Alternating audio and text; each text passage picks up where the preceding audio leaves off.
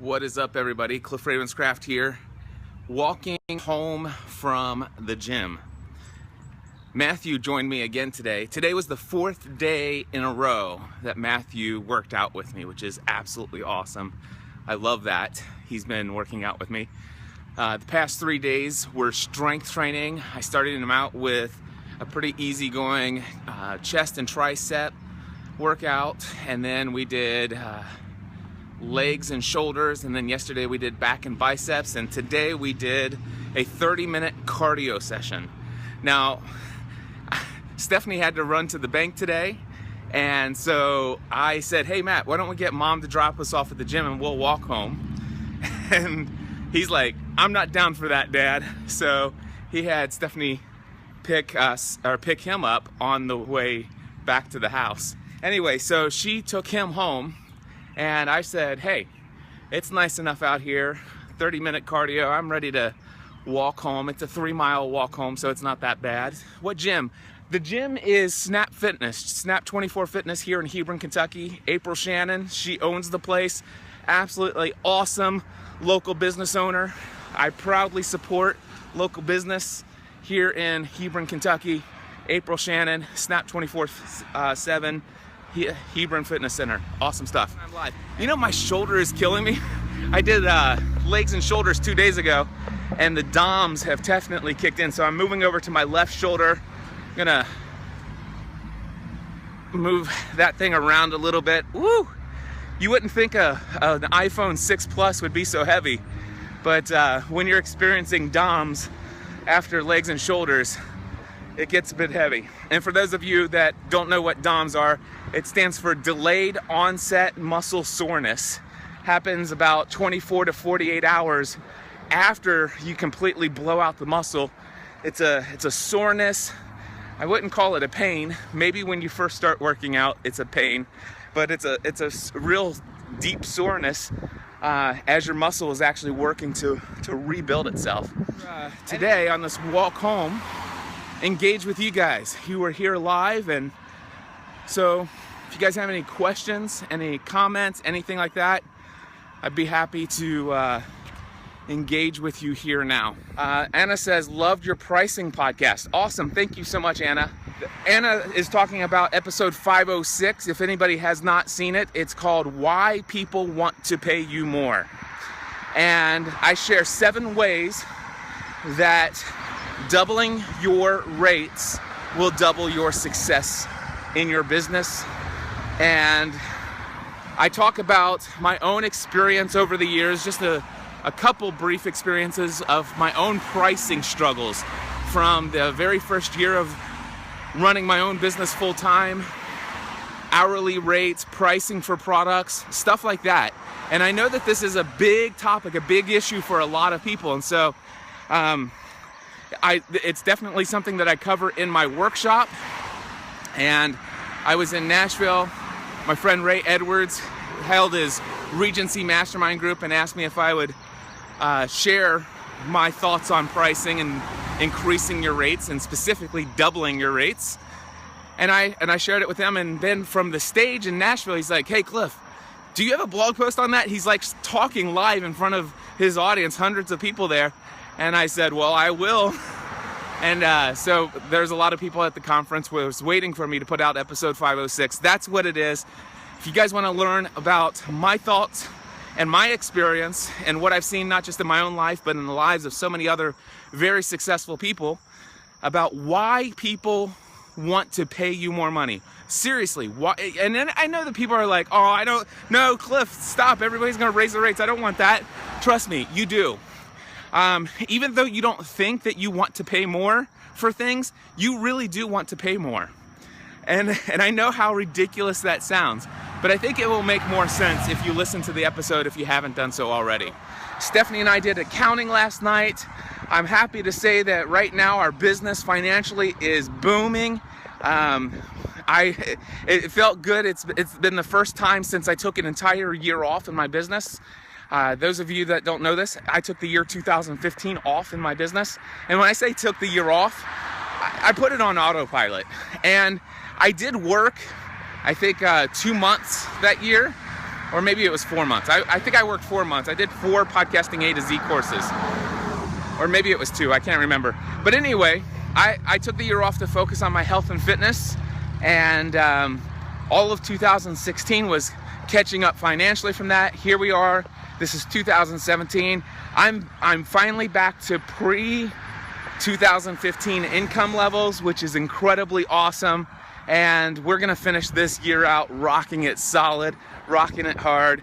We're gonna be exceeding the dreams that I've placed for this year, so that's awesome. So Kurt, that's what I've been doing since the workshop. So interesting that moving from $800 to $19.99 made such a huge difference in your podcasting course.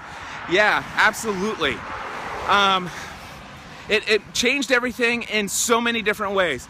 First of all, when I was $800, I'll give you some additional stuff that I didn't talk about in the podcast episode because I was, believe it or not, at 1 hour and 15 minutes. I was trying to keep it short. But when I was $800 per student for podcasting A to Z, for me to be able to do the things I wanted to do financially, I really needed an absolute minimum of 20 students. And I said that I considered a course to be sold out if I had 20 students, because that was my minimum. That's what I had to shoot for every single time. I successfully achieved that every single time. But there were times when I did, and at the most I've ever done is 38 students. And working for 38 students, giving them direct access to me for 4 weeks, it was, I will use the word intense, but that doesn't explain it. How hard I worked to be personally available to all of those people. Now, here's the thing. At $800, not everybody was personally interacting, and so you might think, well, that's 38 people who have unlimited access to Cliff for 4 weeks. It was, out of the 38, it might have been like 29 of them who actually engaged with me, and not all of them were active as others. So it might have been 19 or 20 who were actively engaging me on a daily basis. And it was wearing me out, honestly. And we talked about the fact that higher ticket prices, when you get bigger transactions, bring greater motivation, or will fire you up. I can't remember what language I used in the presentation that I was looking at. But anyway, $800, just when I saw new sales coming in, I got to the place where it's like, this isn't exciting anymore. I remember how exciting it was the first few times I did podcasting A to Z, and I saw these $800 payments show up into my account. And it got to the place where it wasn't exciting anymore. I just felt the weight of what I had to do. And when I raised the rates, now, I don't think I mentioned this in the podcast. Again, you know, there's only so much you can share in a podcast, but my experience over the years has been, there's been a lot of things over the past 10 to 12 years. So I actually went from 800 to 999, and that didn't help. And then I went from 999 to 1499. That helped a lot. But I really found there was some sort of magic at 1999. Here's what I can tell you, that podcasting A to Z isn't going to be $19.99 forever. And I don't think that I'll be doing it forever, potentially. I see myself moving into a new season of life, and I see myself, moving towards a self-study course eventually. And I see myself reducing the number of these podcasting A to Z courses. In 2016 and in this year, I've done 6 of them. So pretty much every other month throughout the past 2 years, I've done 6 podcasting A to Z courses. I can already see that next year, I'm going to focus more on workshops, specifically helping people expand their mindset of what's possible when it comes to working for yourself, creating your own online business. And not only that, but creating not just an online business, but a responsible, profitable online business, and helping people avoid all those stupid mistakes I made in the early days, and really helping them wrap their minds around the proper way to do things that I've learned over the last 3 to 5 years, that if I would have just known these things, it would have radically changed everything. So I see myself probably dropping down to no more than 4 A to Z courses next year. And Probably by then I will have my self-study version available. Once the self-study version of my course, it won't be called Podcasting A to Z, or it might be Podcasting A to Z Self-Study. I don't know. I kind of like the branding that I have with Podcasting A to Z, honestly. So anyway, once I have the self-study course, then I'll probably either go down to 2 or 1 per year, and it will not be at $19.99. I'll probably limit it to 5 to 10 people, and eventually I see that course being $5,000. So yeah, that's where I'm going. Anna says, when you pay more, that person / coach, etc. is more invested in you. There is no question. I can tell you right now, the one person that has received the most amount of my time, effort, energy, working up and leading to it, making sure that I completely understand what it is that they want and what they desire, and then prayerfully spending the entire like an hour that morning prayerfully considering the day ahead, and asking God to give me wisdom and to work through me, to speak through me, to give me just discernment, all that stuff. And then just being completely present. Not even a single thought about anything else going on. The person who's received the most of my time, effort, and energy ever out of all the clients I've ever worked with is Daphne Scott. And Daphne Scott, 2 Sundays ago, came and she was my very first Spend the Day with Cliff client, where she spent $7,500 to spend 1 day with me in the Next Level studio. That's the most anybody's ever paid me for any one thing for 1 day. And I can tell you, when she paid more, me, this coach, this mentor, I was definitely more invested in her than anybody else I've ever worked with. So yes, absolutely. And she felt it. And she got more out of it than what she had intended. So it was awesome. Well, how's your weight with all the strength training? I don't care about my weight so much, Kurt. My weight is right now hovering right around 217. And it doesn't bother me that I've been kind of, if you will, some people say hit a plateau, whatever. None of that matters to me. What matters to me is that I'm working out, and I am crushing my goals physically when it comes to, what's happening internally with my blood chemistry when I am working out. And by the way, there's these things called cytokines. Absolutely incredible stuff. When you learn the biology of exercise, it helped me when I learned the biology of what happens internally inside of me when I do exercise. It shifted my focus off the weight and just focused on what happens internally. So yeah, but here's the deal: when you do strength training, you're building muscle, and eventually that muscle is going to burn more fat. It doesn't matter. I could care less about the weight. I think that's the quick eat answer, Kurt, is that. Kurt says, what's up next week? I haven't had a lot of chance to think about next week yet. I can tell you what's happening after I get back home. A shower. Definitely a shower. I work for myself, and I know that it is quote-unquote a weekend, and not only is it a weekend, it is a quote-unquote holiday weekend.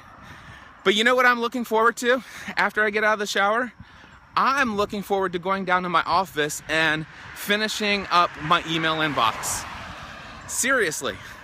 I can't wait to get in. I think I probably have I left the office yesterday with like 11 emails in my inbox. And I probably have about 40 or 50 of them in my email inbox right now that are, business related. And I'm gonna hit inbox 0 today. And that is going to be incredibly awesome. I happen to know that a lot of those emails, by the way, are processing $2,000 payments. I love that. I'll tell you, again, We talked about this in episode 506, but there's something that happens when you're selling a product and you see $2,000 payments roll in. So there are 3 $2,000 payments for podcasting A to Z. So that's awesome. I'm going to process those and all, get those people registered for the July 10th session of podcasting A to Z. Also, I happen to know that in my email inbox are 2 notifications for 1,699 payments. And that's 2 sales of my Podcast Answer Man equipment package. Now, the thing is, those are in my email inbox, and all I have to do is archive those. And the reason why? Well, I have an assistant. Her name is Andrea Schumann. She's been my assistant since, I think, since January 2012. And she processes all of my equipment. She handles everything. Everything is automated. She will put those people into Kajabi, give them instant access to the training tutorial that will walk them through step-by-step how to hook up every single wire, how to where to turn every single knob, where every single button goes. I did all of that. I spent more than 25, 30 hours putting together the tutorial and the workflow and the process. I probably spent about 20 minutes teaching Andrea, my assistant, how to do the new workflow when an order comes in. But the basic workflow of her taking the order or getting the notification of the order, we use Help Scout for our email support ticket system. She will get the order notification. She will call. She does a phone conversation or confirmation with my client, because over the past, I've been selling equipment for 7 years now. Over the past 7 years, I've had 2 fraud orders. It's not bad, actually. I will hit $1 million in equipment sales this year, and out of $1 million in equipment sales, I've only had 2 fraud orders. But I don't like any fraud orders, and they cost me money. That's where people have a stolen credit card, they place the order, and I did not do a phone confirmation back then, and people would have these things delivered to a house that they knew the person was on vacation or whatever. They would actually wait that day. They would get the tracking information at their fake email address, and they would wait that day for the UPS guy to show up, and they go and pick up the package off the front porch. And so once we had the second one of those happen, once we did the first one, we instituted phone confirmations. And then once the second one happened, we started requiring signatures on deliveries. So we won't leave them on the front porch without a signature. So anyway, Andrea will process those orders. Mine is just to go in and to follow up and make sure Andrea's got those and she's working on it. Guys, Kris Pavone, been really engaged with him lately. I met him he's not here, so he's not going to hear me talk about him. I was really impressed after meeting Kris. I'm excited about the entrepreneurial journey that he's on. He's at the early stages of something new and exciting, and I think that he had a life-altering experience at the Ray Edwards event that is gonna literally set him on a new path, and I'm super excited to follow him. He's definitely understands success principles. He had a dream as a child being a pro wrestler, and literally he is a former pro wrestler for is it WWE? I have no idea. I know nothing about any sports, but anyway. But Kris Pavone, I'm so glad he hung out today. Brian, let's see here. I got to cross this street. Bear with me for just a moment. We're good here. Just got to watch these people in front of me. I'm going as fast as I can. All right. Let's see here. So, anything else? Jack says, what was your biggest takeaway after being exposed to Andy Mason and the Bethel team? What was my biggest takeaway? I'm not prepared to talk about that just yet. And it's not like I'm trying to hide anything.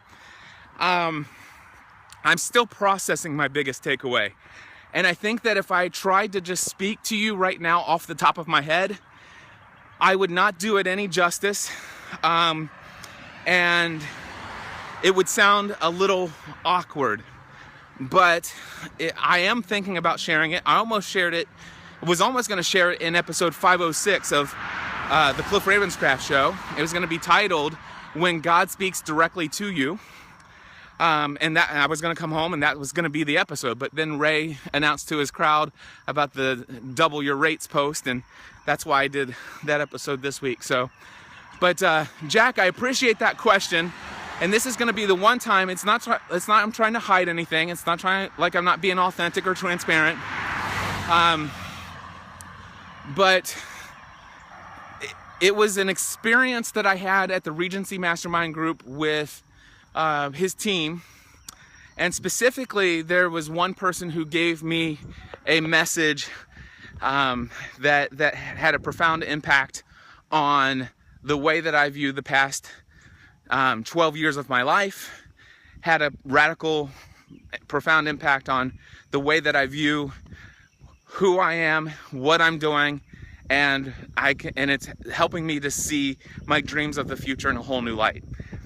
I know that sounds kind of vague, but there are some specific things that were shared and said to me that I'm still processing, and until I am ready to fully explain the backstory and then explain word for word what was said and then share what's on my heart at that moment in time, I'm not ready to talk about it any further than that. So I hope that will satisfy at least some of what you're asking there.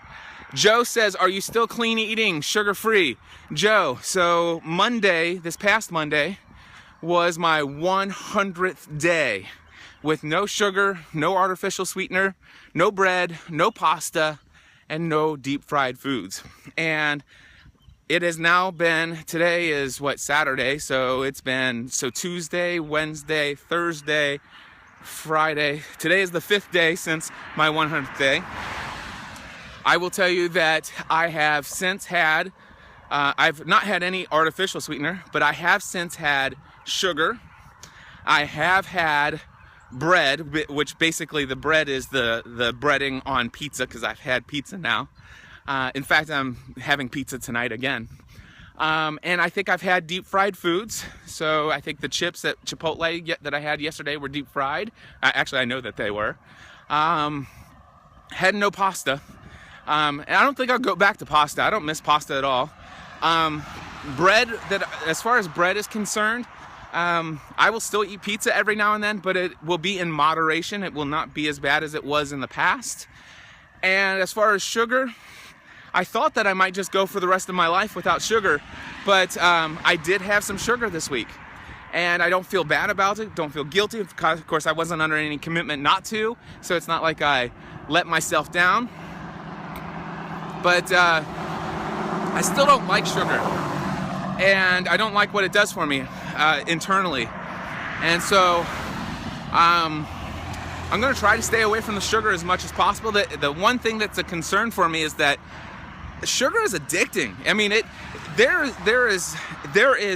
triggers something in the pleasure sensors of your brain that is like, when you are confronted with sugar, especially if it's like something like a fresh baked good and you smell it, it's like you just know that if you eat that, it is going to pleasure you in a way that really no other food can.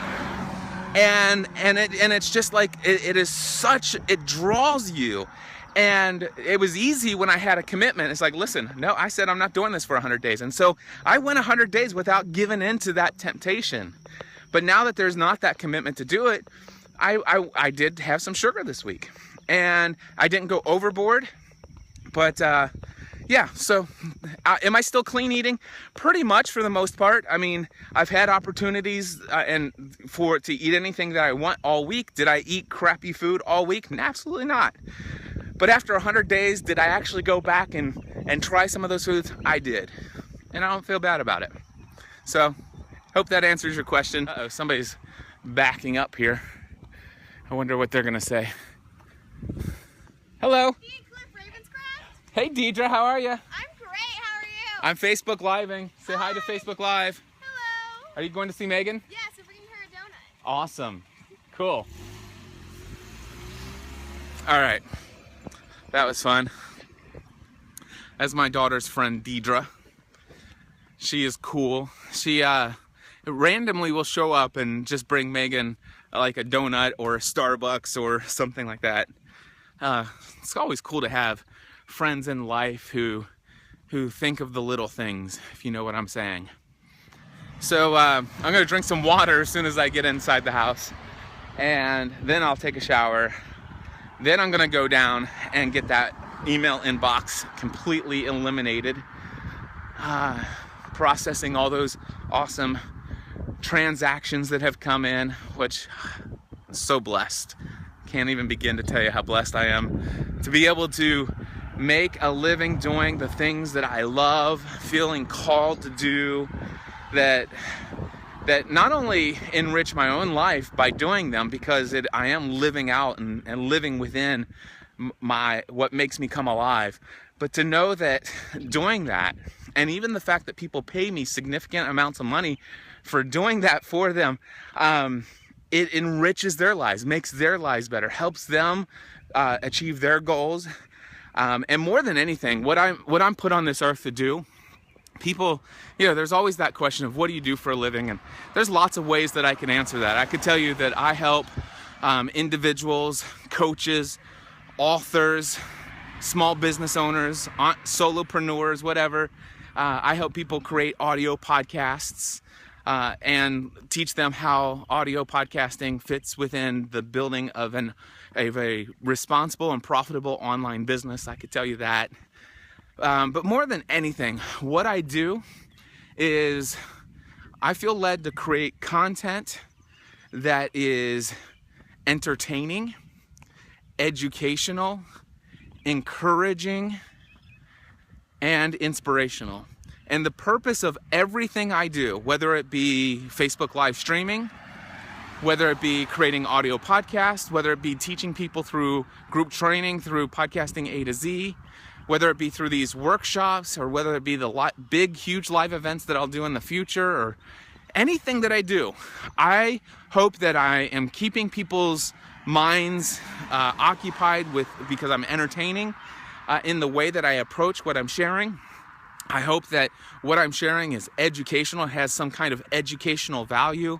I hope that it's encouraging, that you feel a greater sense of hope of what's possible, that you're just encouraged as a result of hearing me speak and on whatever it is I'm speaking about or sharing. And I also hope that you're inspired and motivated to take action. And all of that, the purpose of every single bit of it, is because I truly feel that God has put me on this earth to help other people become more of who they were created to be. To just take every area of your life to the next level. I believe that we were all created with a purpose, and I think that most of us are living our lives, I call it playing it small. We're afraid to dream big. We've been conditioned through our educational experience to live life like everyone else, to be normal, to do things where we fit into culture, to fit into the mold. And my wife and I together as a team, and both of us individually, God put us on this earth to set people free, to break free from the mold, to stop being normal, to be weird, to be who you were created to be. To be dangerous, to go out there and create bold things that set other people free. That is what I do. That is what I do. And that, my friends, is why after working out the gym, walking 3 miles home, doing a Facebook live stream, it's why I'm super pumped and super excited to get down into my office and process those emails, because I know those emails are from people who have been entertained, who have received some educational value from what I've done. These are people who seek me out because when they interact with me, when they interact with the content that I create, they're encouraged and they're inspired to take some area of their life, their message, their business to the next level. And how can you not want to go into work on a Saturday, on a holiday weekend, when you get to do that, when you're privileged to do that. That, my friends, is why I love what I do for a living. And it is why I want to help some of you achieve those dreams as well.